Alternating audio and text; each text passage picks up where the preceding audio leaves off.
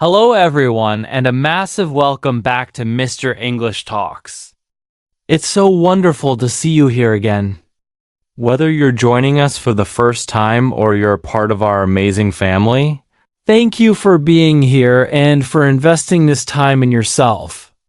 Today, we are diving into one of the most beautiful, challenging, and important parts of our lives, relationships. Now, I'm not just talking about romantic relationships, my friends. The rules we discuss today can apply to your friendships, your family bonds, even your deep connections with colleagues. So many of us dream of having that perfect storybook connection with someone, but often we aren't taught how. We aren't given the instruction manual for the human heart. Well, consider this video your personal guidebook. We are going to explore the 12 fundamental rules for building and nurturing a healthy, strong, and joyful relationship. This is going to be a deep dive filled with stories, practical steps, and I hope a lot of inspiration for you. So grab a notebook, get comfortable, and let's begin this journey together. A few years ago, I had a friend, let's call him David. David was brilliant, successful in his career, and kind-hearted. He met someone and it was like a movie. Fireworks, passion, long conversations until sunrise. Everyone thought they were the perfect couple. But after about a year, things started to change. The conversations became arguments. The silence between them grew louder than their laughter used to be. One day he told me, "I just don't know what went wrong. We loved each other, but it wasn't enough." Have you ever felt that? You love someone, but the relationship itself feels difficult, heavy. That's because love is the fuel, but it's not the map or the vehicle. You need the skills, the rules of the road, to navigate the journey together. And that's exactly what these 12 rules are. They are not about changing the other person. They are about mastering yourself within the relationship. Let's start with rule number 1.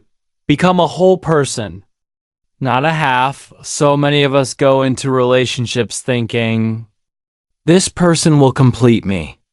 We look for someone to fill our emptiness, to solve our problems, to make us happy.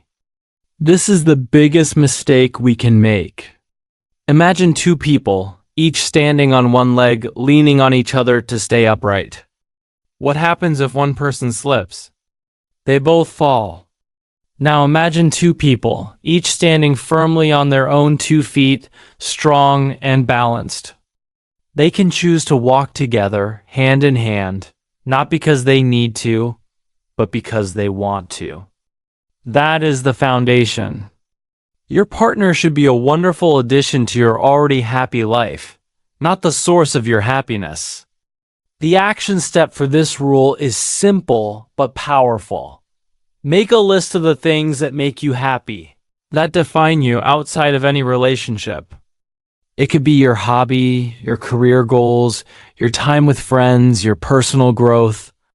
Nurture that list. Spend time with yourself. Fall in love with your own company.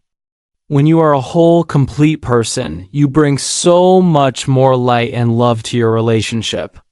This brings us beautifully to rule number 2. Master the art of communication. Now, I know you've heard this a million times. You need to communicate. But what does that really mean? It's not just about talking. It's about creating a safe space for truth. It's about sharing your feelings without blame and listening not to reply but to understand. Let me tell you a story. A couple I know was constantly arguing about money. He would get defensive, she would get critical. The real problem wasn't the money. It was that they weren't communicating their fears. She was afraid of not being secure. He was afraid of being seen as a failure. One day they decided to change their language. Instead of saying, "You spend too much money," she said, "I feel anxious when we don't have a savings plan." Can we talk about our financial goals together? That small shift from you to I changed everything.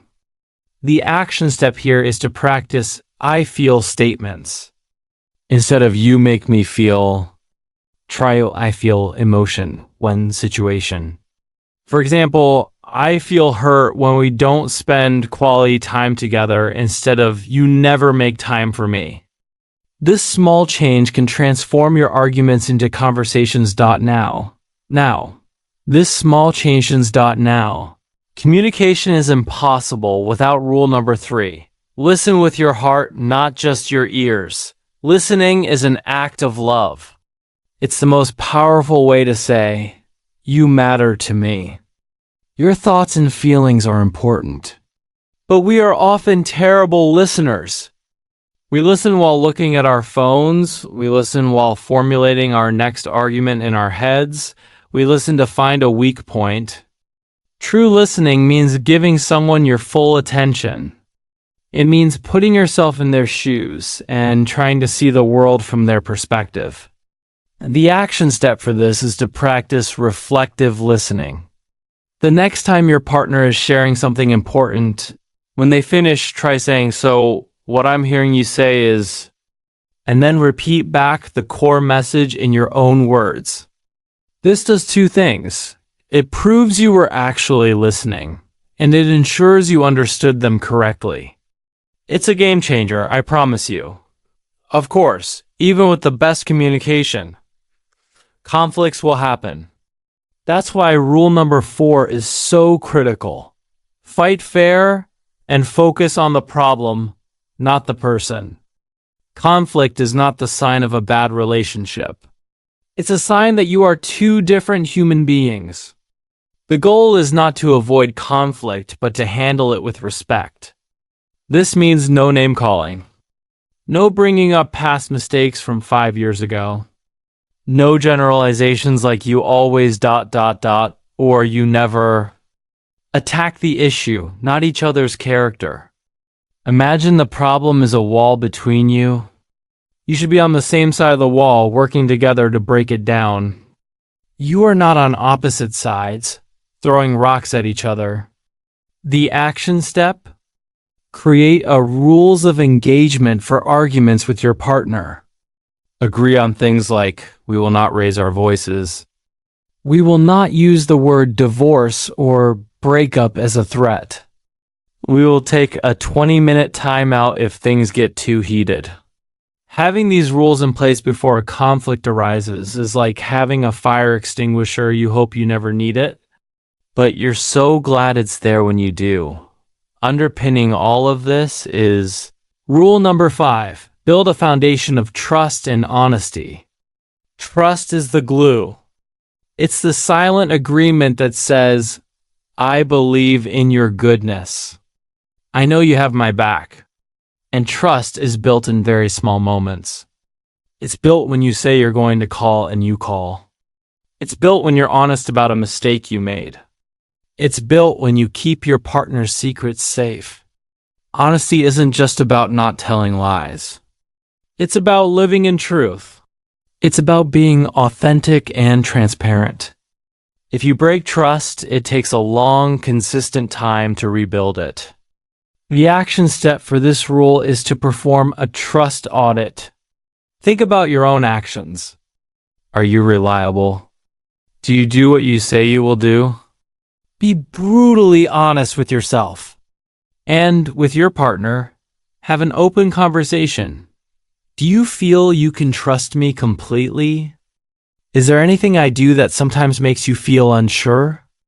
This is a brave conversation, but it strengthens your foundation like nothing else. And from trust, we get rule number 6. Learn the power of appreciation and gratitude. Familiarity can sometimes make us take each other for granted. We stop noticing the small things. But a relationship thrives on appreciation. It's the daily watering that keeps the plant alive. Don't just think it, say it. Thank you for making coffee this morning. I really appreciate how hard you work for our family. I love your laugh. These small sentences are like emotional vitamins. They fill up your partner's emotional bank account. My action step for you is to start a gratitude jar together, or simply make it a dinner table ritual. Every day, each of you shares one specific thing you appreciated about the other that day. It forces you to look for the good, and it fills your home with positive energy.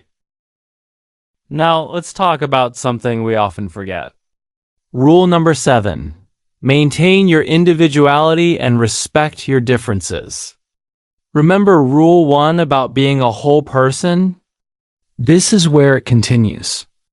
Being in a couple does not mean you have to like all the same things, have all the same friends, or spend every single moment together. In fact, that can be suffocating. You fell in love with this person because they are unique. Celebrate that. If he loves watching football and you love reading books, that's okay. Support each other's hobbies and passions. The time you spend apart, pursuing your own interests, makes the time you spend together more interesting. You have new stories to tell, new energy to bring. The action step is to actively encourage your partner to have a guy's night out or a girl's day. And you do the same. Have your own hobbies. Your relationship should be a place where two free spirits come together, not a cage where two souls are locked in. This leads us to rule number 8. Take responsibility for your own happiness and healing. We carry baggage from our past, our childhood, our previous relationships. It is not our partner's job to heal our old wounds. That is our responsibility. If you have a trigger, it is your job to understand it and communicate it, not your partner's job to walk on eggshells forever. For example, if you have a fear of abandonment because of a past experience, you can say to your partner, "Sometimes I get overly anxious when we have a small disagreement because of my past. I'm working on it. Please be patient with me." This is you taking ownership. You are a team, but you are still responsible for your own emotional luggage. The action step is to do some self-reflection. What are your triggers?